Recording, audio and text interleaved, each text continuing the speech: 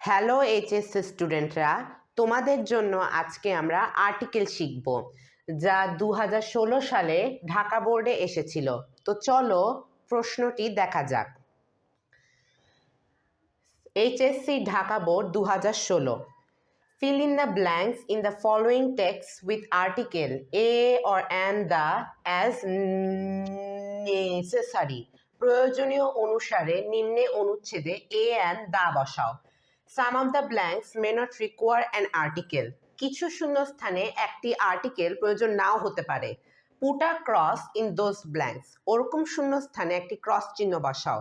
তার মানে এখানে বলেছে আমাদের প্রয়োজনীয় শূন্যস্থানগুলোতে এ অ্যান্ড দা বসাতে হবে, এবং যে শূন্যস্থানগুলোতে আর্টিকেলের কোনো প্রয়োজন নেই সেক্ষেত্রে আমরা শুধু ক্রস চিহ্ন ব্যবহার করব। তো চলো দেখা যাক। Michael Madhusudan Dutt was blank popular 9th century Bengali poet and dramatist.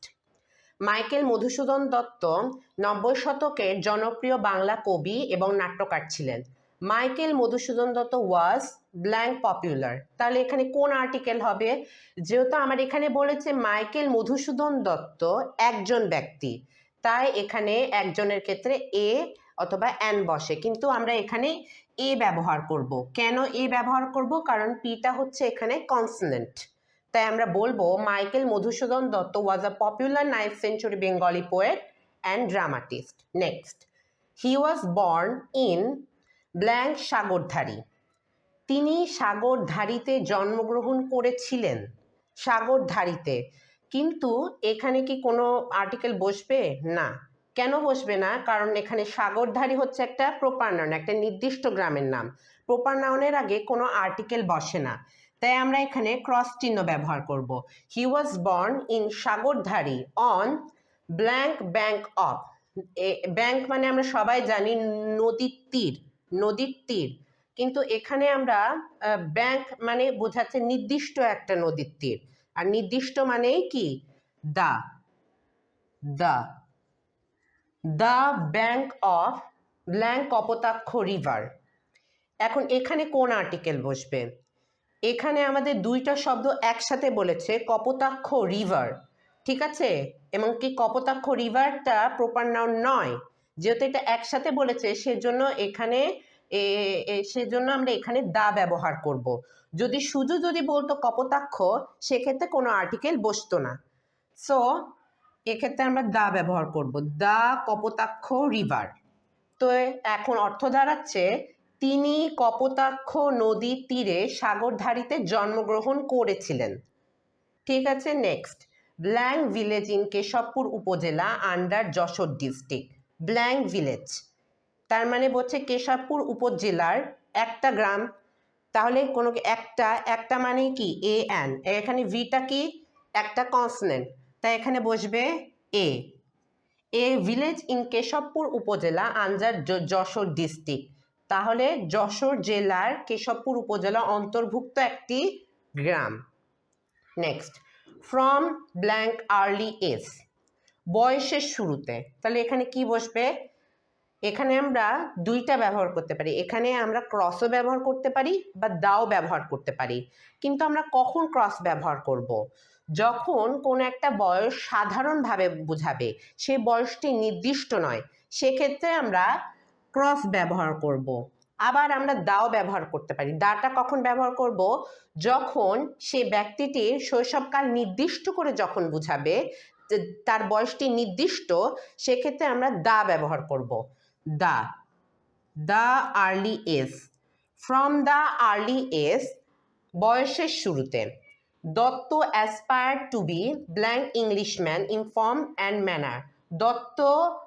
Dutta রূপে এবং শিষ্টাচারে ইংরেজ হতে চেয়েছিলেন। এখানে একজন হবে, একজন মানে ইংলিশম্যান মানে একজন ব্যক্তি, কিন্তু আমাদের ইটা হচ্ছে এখানে ভাওয়েল, সেজন্য আমরা এখানে অ্যান বসাবো। An Englishman in form and manner, though he was born in blank sophisticated Hindu family. যদিও তিনি অভিজাত হিন্দু পরিবারে জন্মগ্রহণ করেছিলেন। অভিজাত হিন্দু পরিবারে মানে এখানে কি একটি অভিজাত হিন্দু পরিবারের কথা উল্লেখ করা হয়েছে, সেজন্য এখানে এসটা একটা কনসোনেন্ট, সেজন্য আমরা এখানে এ ব্যবহার করব। a sophisticated Hindu family. He took Christianity arousing blank anger of his family. তিনি তার পরিবারের প্রতি রাগ জাগিয়ে খ্রিস্টান ধর্ম গ্রহণ করেছিলেন। আচ্ছা, তিনি তার পরিবারের প্রতি রাগ যে খ্রিস্ট ধর্ম গ্রহণ করেছিলেন। এখন এখানে আমরা কোন আর্টিকেল ব্যবহার করতে পারি? এখানে আমরা ক্রসও ব্যবহার করতে পারি বা দাও ব্যবহার করতে পারি, কিন্তু কখন ক্রস বা দা ব্যবহার করব? আমরা জানি যে অ্যাঙ্গার অফ হিজ ফ্যামিলি, তার পরিবারের প্রতি রাগ, অ্যাঙ্গার। এখানে অ্যাঙ্গারটা হচ্ছে একটা ইমোশন, ঠিক আছে, যা অ্যাবস্ট্রাক্ট নাউনের মধ্যে পড়ে। এমনকি অ্যাবস্ট্রাক্ট নাউনের আগে আমরা কোনো আর্টিকেল ব্যবহার করি না, সেজন্য আমরা এখানে ক্রস চিহ্নটি ব্যবহার করতে পারি। আবার দায়ের ক্ষেত্রে একটু আলাদা। যদি আমরা দেখি যে তার পরিবারের প্রতি রাগ, এটা যদি নির্দিষ্ট করে যখন বোঝাবে, সেক্ষেত্রে আমরা দা ব্যবহার করতে পারি, দা। সো তোমরা চাইলে দুইটাই ব্যবহার করতে পারো। So he to Christianity arousing cross or the anger of his family. He contributed much to blank development of Bengali literature. তিনি সাহিত্যের উন্নয়নে অনেক অবদান রেখেছেন। তাই এখানে বাংলা সাহিত্যের উন্নয়নে, নির্দিষ্ট করে বোঝাচ্ছে, ওই জন্য আমরা এখানে দা ব্যবহার করব, দা।